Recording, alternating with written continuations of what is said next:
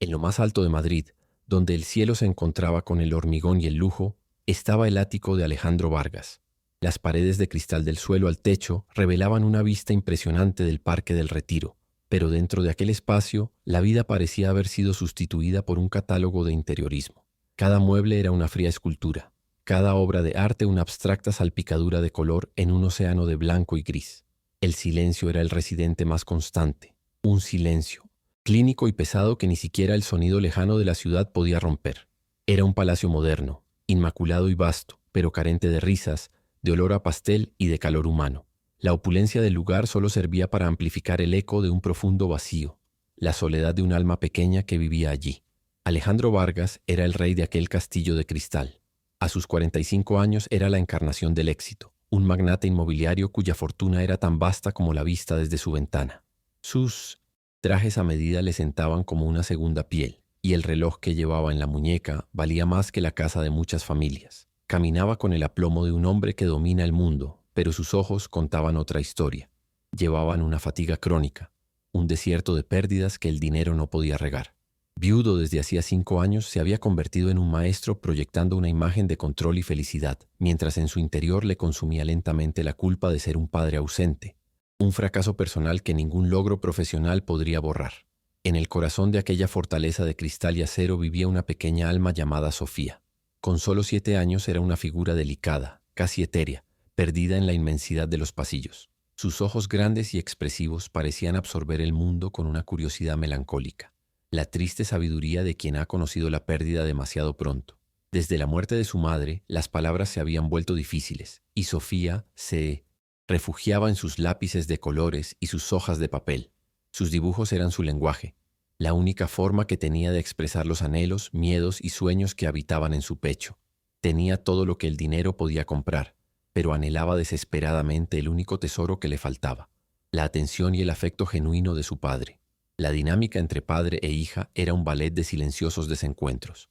Alejandro llegaba tarde, con el teléfono pegado a la oreja, la mente inmersa en contratos y estrategias de mercado.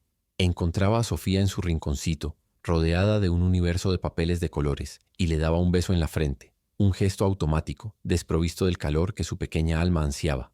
La quería, de una forma profunda y desesperada, pero no sabía cómo conectar. En su dolor y confusión creyó que la mejor manera de cuidar de ella era construir un imperio, garantizar su futuro material, y ahora encontrar una nueva madre que llenara el vacío que él mismo no alcanzaba, una figura que encajara perfectamente en su estatus social.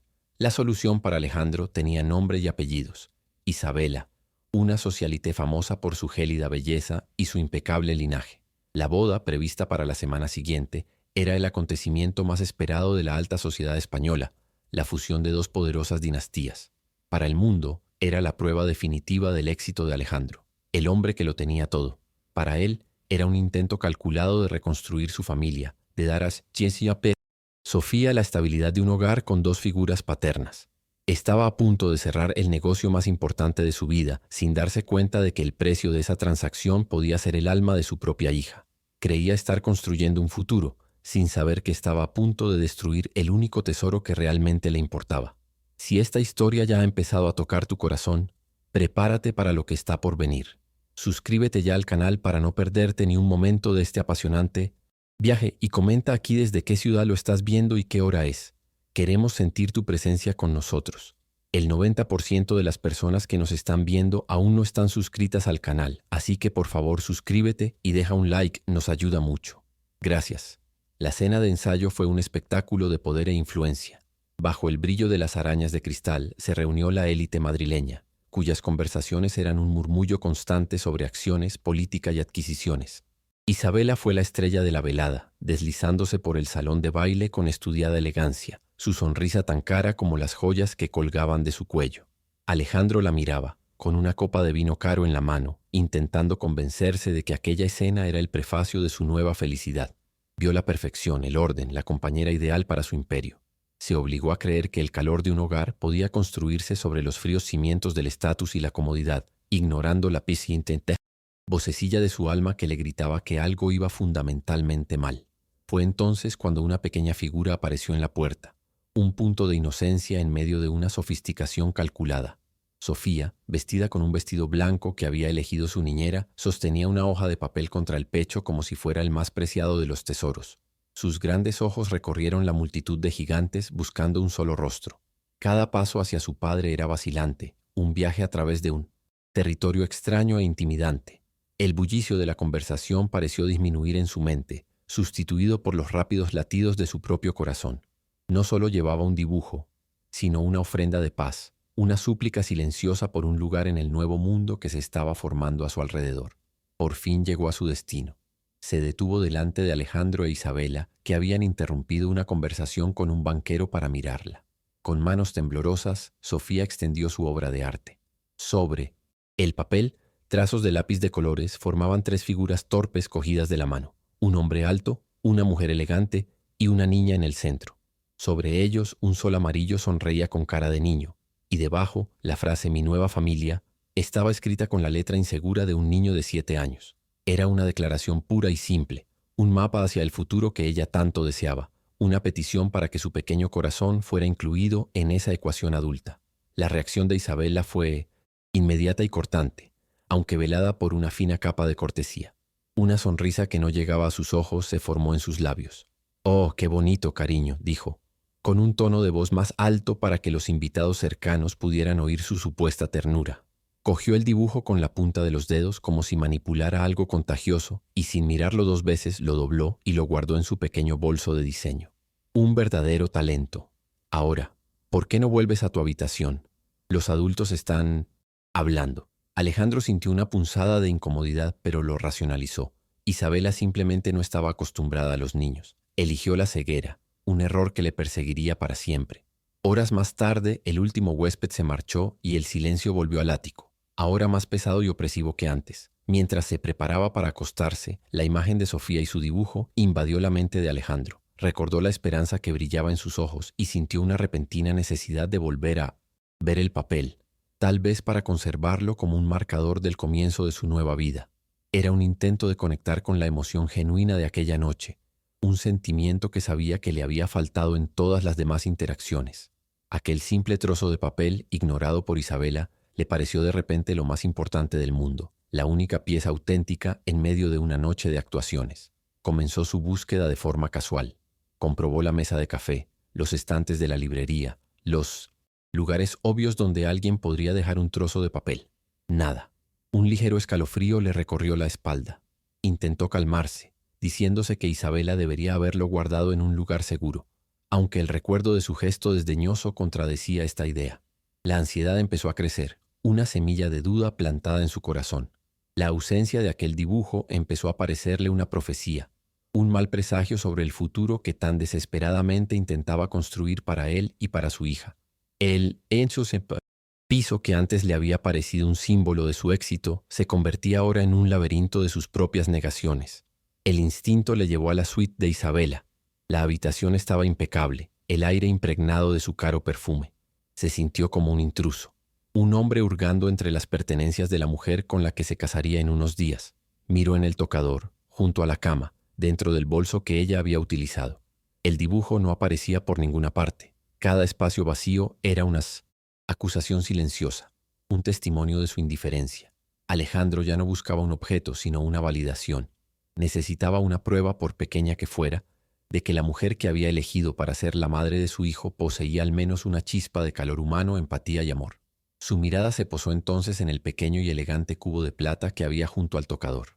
Su corazón se detuvo. La vacilación duró un segundo, una batalla interna entre la esperanza y la terrible sospecha. No quería mirar. Mirar significaría conocer la verdad, y la verdad amenazaba con demoler el castillo de naipes que tan cuidadosamente había construido. Pero la imagen de Sofía ofreciendo su corazón en una hoja de papel le espoleó. Con mano temblorosa metió la mano en la cesta. Sus dedos no encontraron la suave textura de una hoja doblada, sino la cruel realidad de múltiples trozos rotos, con los bordes afilados como fragmentos de cristal. Volcó el contenido sobre el frío suelo de mármol, y la verdad se extendió a sus pies como los restos de un naufragio. Eran ellos, los trozos del sol sonriente, los fragmentos de cuerpos cogidos de la mano, las sílabas desgarradas de mi nueva familia. La violencia del acto era innegable. No había sido un descarte casual. Había sido una destrucción deliberada, un acto de puro desprecio. Cada lágrima era una puñalada, una aniquilación de la esperanza de un niño. Recogió los pedazos, sus grandes y poderosas manos temblando de una forma que no temblaban ni siquiera al cerrar los tratos más arriesgados. La imagen remendada en el suelo era un reflejo de su propia familia, rota, profanada por una crueldad que él mismo había invitado a entrar en su casa. En ese instante, el magnate Alejandro Vargas murió. La fachada de control, el barniz de éxito, todo se desintegró. El sonido que oía en su mente ya no era el murmullo de la bolsa, sino el eco imaginario del papel al romperse, un sonido que se fundía con el del corazón de su hija al romperse. El dolor que le golpeó fue visceral, una oleada de culpa y furia protectora que le dejó sin aliento. Ya no veía trozos de papel, sino el alma de Sofía, destrozada en el frío suelo de su lujoso ático. En ese momento de claridad devastadora, comprendió. No solo estaba a punto de casarse con la mujer equivocada, estaba a punto de entregar el ser más preciado de su vida a un monstruo. Allí, en el frío suelo de mármol, arrodillado sobre los restos del corazón de su hija, Alejandro Vargas tomó la decisión más importante de su vida. No se trataba de un análisis de riesgo-rentabilidad ni de una estrategia empresarial. Era el rugido primario de un padre que despierta para proteger a su prole. Con una delicadeza que rara vez empleaba en su vida cotidiana, empezó a recoger cada trocito de papel. Eran las joyas más preciosas del mundo, las reliquias sagradas de un amor que casi había traicionado. No las guardó en un sobre ni en una caja. Las sostuvo en la cáscara de su mano, sintiendo los bordes afilados. Contra su piel, una penitencia física por el dolor que había permitido que le infligieran. Su primer acto fue descolgar el teléfono. No esperó a que amaneciera. En mitad de la noche llamó a Isabela. Su voz contestó somnolienta e irritada, pero enseguida se puso alerta al oír el tono gélido de Alejandro. Fue directo, sin rodeos ni disculpas. La boda se cancela, dijo, y sus palabras atravesaron el silencio como fragmentos de cristal. Al otro lado de la línea hubo un momento de incredulidad, seguido de un estallido de furia y amenazas. No respondió a ninguna de ellas. Se limitó a escuchar su veneno, y cuando ella hizo una pausa para respirar, dijo, «Adiós, Isabela», y terminó la llamada, cortando el último hilo que le unía a su antigua vida. Inmediatamente hizo una segunda llamada, esta vez a su asistente personal, despertándole de un profundo sueño. Las instrucciones eran igualmente concisas e irrevocables. Cancela todo, absolutamente todo lo relacionado con la boda. Contacta con los proveedores, los invitados, la prensa. Prepara un comunicado oficial. Razones personales irrevocables. Sabía que estaba detonando una bomba en el centro de su vida pública y profesional. Sabía que el escándalo sería monumental, que las repercusiones financieras serían graves.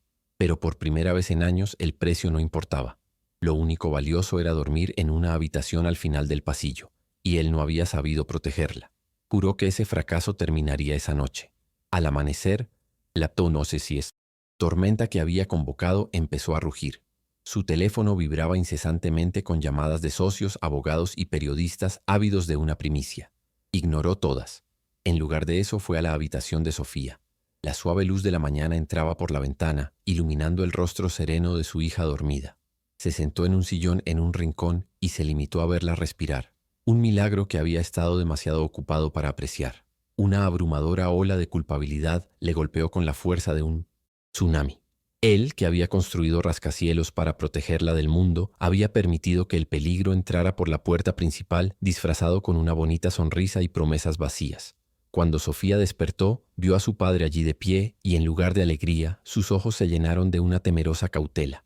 Notó una profunda tristeza en su rostro, una oscuridad que nunca antes había visto, e instintivamente cerró los ojos. Los niños tienen una forma particular de absorber el dolor de sus padres, a menudo creyendo que ellos son la causa del mismo. No preguntó por Isabela. No mencionó la boda. Su silencio era una fortaleza que había construido a su alrededor, un espacio seguro en el que nadie más podía decepcionarla. Para Alejandro, ese silencio era más doloroso que cualquier grito o acusación, porque comprendía que la confianza, una vez rota, era lo más difícil de reconstruir del mundo. La prensa no tuvo piedad. Los titulares gritaban en negrita: «Implacable chica magnate, humilis en la víspera de su boda». La familia de Isabela, una dinastía de viejas fortunas y orgullo, inició una venenosa campaña de desprestigio. Filtraron historias a los tabloides, pintando a Alejandro como un hombre emocionalmente inestable, un socio poco fiable, un monstruo cruel. La narrativa fue eficaz. El hombre que una vez había sido admirado por su perspicacia y poder era visto ahora como un paria, un enigma volátil al que todos debían evitar. La alta sociedad que antes le había cortejado ahora le daba la espalda con desprecio performativo. El impacto en su negocio fue inmediato y brutal. Accionistas preocupados llamaban a sus asesores. Los acuerdos que estaban a punto de firmarse se suspendieron de repente. Los inversores empezaron a retirar su capital, temerosos de la inestabilidad que el escándalo estaba generando. Los llamados amigos, hombres con los que había compartido cenas y cerrado acuerdos por valor de millones de euros, ahora no le devolvían las llamadas. Estaba siendo aislado, purgado del mundo que había construido para sí mismo. Vio con claridad meridiana la superficialidad de sus relaciones. Su red de contactos no se basaba en la lealtad ni en la amistad, sino en el poder y el beneficio. Sin embargo, para sorpresa de todos, Alejandro se mantuvo firme. En una reunión de urgencia con su junta directiva, afrontó las miradas acusadoras y las preguntas nerviosas con una calma que rozaba lo sobrenatural. No se defendió, no puso excusas. Aceptó la responsabilidad de las pérdidas financieras, presentó un plan de contingencia y dejó claro que su decisión era definitiva y no negociable. Los miembros del consejo, acostumbrados a su agresividad calculada, se quedaron perplejos ante esta nueva fuerza silenciosa. No entendían que Alejandro ya no estaba jugando al mismo juego. Su campo de batalla había cambiado, y la única victoria que importaba no podía medirse en euros. La hostilidad pública era palpable. Unos días después, llevó a Sofía a tomar un helado, un torpe intento de normalidad. Los comensales los reconocieron. Empezaron los cuchicheos, las miradas de reojo, una mezcla de curiosidad morbosa y juicio. Sofía, sensible como era, percibió el cambio de ambiente. Se desplomó en su silla y su helado se derritió sin tocarlo. Alejandro sintió una rabia impotente. Quería gritar, proteger a su hija de aquellas miradas, pero sabía que cualquier reacción solo alimentaría el circo mediático. Se limitó a abrazarla y se la llevó a casa. El sabor amargo de aquel fracaso superaba la dulzura del helado que habían intentado compartir. En la soledad de su ático, Alejandro reflexionó sobre el hundimiento de su mundo. Se dio cuenta de que no estaba perdiendo nada de valor real. Sus amigos no eran más que parásitos. El respeto no era más que miedo disfrazado. Se había pasado la vida acumulando símbolos de éxito, confundiendo valor con precio. Ahora, despojado de su impecable reputación, se sentía extrañamente libre. Fue un doloroso proceso de purificación, un fuego que consumió todo lo falso, dejando solo la estructura desnuda y esencial de su vida, él y su hija.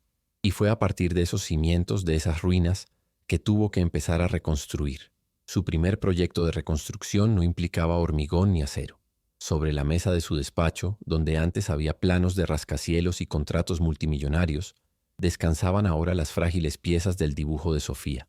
Compró pegamento especial, cinta adhesiva casi invisible y unas pinzas de precisión. Ajustó la lámpara del escritorio creando un foco sobre su tarea. Aquel escritorio, que antaño había sido el centro de mando de un imperio, se convirtió en un quirófano de emergencia para un alma herida. Su misión estaba clara. Tenía que reparar lo que se había roto, tanto en el papel como en el corazón de su hija.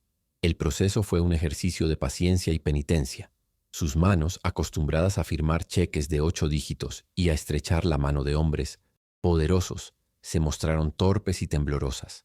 Cada trozo de papel era minúsculo, un fragmento de un todo mayor. Trabajaba durante horas, con el ceño fruncido por la concentración, y el mundo exterior desaparecía por completo.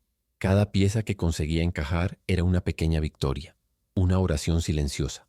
No se limitaba a pegar papel, sino que intentaba remendar su propia negligencia, pieza a pieza, con el adhesivo de su arrepentimiento. En mitad del proceso, la desesperación le golpeó. Una pieza crucial, el fragmento que contenía el ojo sonriente de Sofía en el dibujo, parecía haber desaparecido. Buscó por todas partes, con el pánico creciendo en su pecho. La tarea parecía imposible, una cruel metáfora de su situación. ¿Cómo iba a reparar el corazón de su hija si ni siquiera podía arreglar un simple dibujo? Se reclinó en la silla, con la frustración y el dolor amenazando con consumirle. El impulso de rendirse, de aceptar que el daño era irreparable, era abrumador. Parecía más fácil construir un nuevo edificio que arreglar aquella pequeña y frágil hoja de papel. Pero entonces respiró hondo y miró hacia la puerta, imaginando a Sofía al otro lado. Su imagen le dio fuerzas. Volvió a la mesa con renovada determinación. Y allí, Atrapada por la estática en la manga de su camisa estaba la pieza que le faltaba. Con cuidado quirúrgico, la cogió con las pinzas y la colocó en su sitio. Encajaba perfectamente. En ese momento lo comprendió. No se trataba de borrar el daño, de hacer que el diseño pareciera nuevo. Se trataba de honrar las cicatrices, de mostrar el esfuerzo de la reparación. La belleza no residiría en la perfección, sino en la resistencia de haber estado roto y, sin embargo, haber vuelto a estar entero. Mientras se dedicaba a esta tarea, intentaba acercarse a Sofía. Llamaba a su puerta y aunque ella no respondiera, se sentaba en el suelo del pasillo y hablaba con ella. Aún no le pedía perdón. Sabía que las palabras eran baratas. En lugar de eso, Lesietot contaba su día, las cosas divertidas que veía, lo mucho que echaba de menos a su madre. Le llevaba la comida en una bandeja, aunque ella apenas la tocaba. Solo estaba allí intentando demostrarle con su constancia que no se iba a ninguna parte, que ya no estaba sola. Por la noche se sentaba junto a su cama y le leía en voz baja uno de sus libros de cuentos favoritos. Era el mismo libro que solía leerle su difunta esposa, y al principio el dolor del recuerdo era casi insoportable para ambos. La voz de Alejandro vaciló, entrecortada por la emoción, pero persistió. No exigió una respuesta, no intentó forzar una conversación. Se limitó a ofrecer el sonido tranquilo y firme de su voz como un ancla en la oscuridad, una promesa de que la seguridad y el amor seguían existiendo en aquel hogar, aunque estuvieran ocultos bajo capas de tristeza y error. De vuelta al despacho, el dibujo estaba casi terminado. Las tres figuras volvían a estar juntas, el sol sonreía una vez más, pero la imagen no era la misma. Finas líneas translúcidas de cinta adhesiva se entrecruzaban en el papel, como una tela de araña plateada. Las cicatrices eran visibles, testigos de la violencia que había sufrido la obra. Alejandro las miró y no vio ninguna imperfección. Vio la historia de su redención, vio la prueba de su amor, la prueba de que estaba dispuesto a recomponer las piezas, por difíciles que fueran. El dibujo era más fuerte ahora, no a pesar de las cicatrices, sino gracias a ellas. Empezó a abrir su corazón a Sofía. En sus conversaciones unilaterales en el pasillo, dejó de hablar de cosas triviales y empezó a compartir sus propias vulnerabilidades. Le habló de lo perdido que se sentía tras la muerte de su madre, de su miedo a ser padre soltero, de cómo había cometido un terrible error al pensar que otra persona podría llenar ese vacío. Dejó de ser el magnate todopoderoso y pasó a ser simplemente papá, un hombre falible, triste y arrepentido que la quería más que a la vida misma. Se desnudaba emocionalmente, esperando que su honestidad pudiera llegar de algún modo a su corazón herido.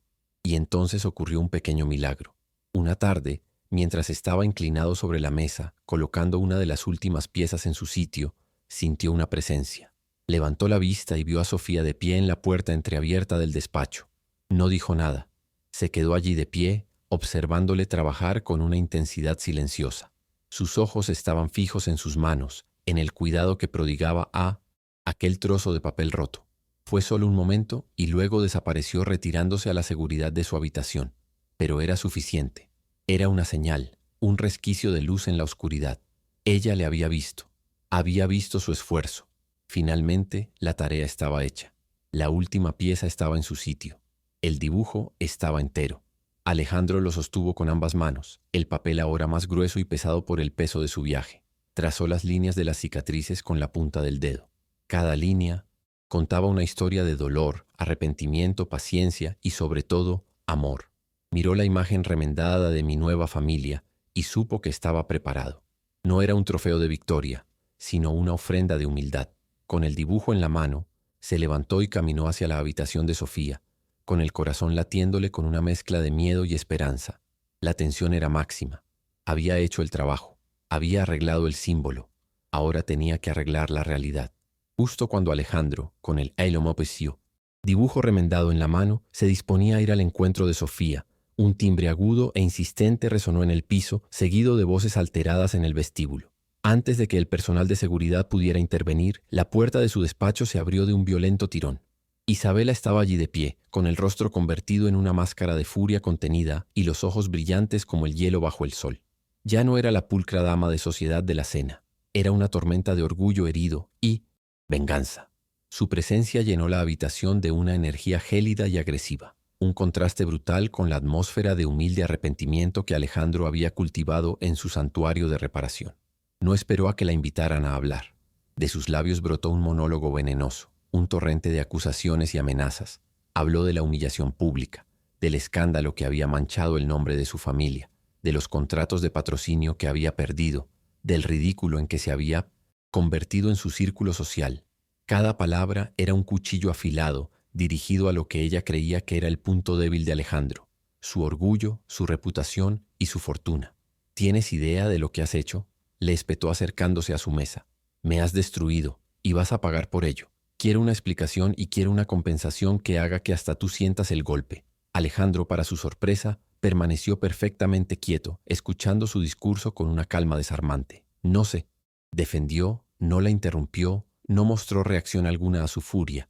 Su silencio era un muro impenetrable contra el que chocaba y se disipaba la ira de ella. Su tranquilidad era más enloquecedora que cualquier argumento. Mientras ella hablaba, él la vio por primera vez como realmente era: una persona vacía cuyos valores se limitaban a las apariencias y el dinero. La mujer por la que casi había sacrificado a su hija le parecía en aquel momento pequeña, patética y completamente irrelevante para lo que realmente importaba en su vida. Cuando por fin se detuvo sin aliento y a la espera de una reacción explosiva, Alejandro actuó. Lentamente, con un movimiento deliberado, se agachó y recogió el dibujo remendado que había sobre la mesa. No lo levantó como un arma, sino que lo sostuvo con una reverencia casi religiosa. Se acercó a la mesa que los separaba y con infinita delicadeza colocó el pequeño trozo de papel en el centro de la pulida superficie de madera. La imagen infantil, con todas sus cicatrices de cinta adhesiva, parecía un testimonio frágil y poderoso en medio de la fría opulencia de la habitación, silenciando todo el veneno que acababa de verterse. Levantó los ojos hacia los de ella y por primera vez su voz sonó, no con ira, sino con el peso de una verdad inquebrantable. ¿Quieres una explicación, Isabela? Aquí está, dijo señalando el dibujo. El silencio que siguió fue denso y pesado. Rompiste un trozo de papel. Casi rompo el alma de mi hija.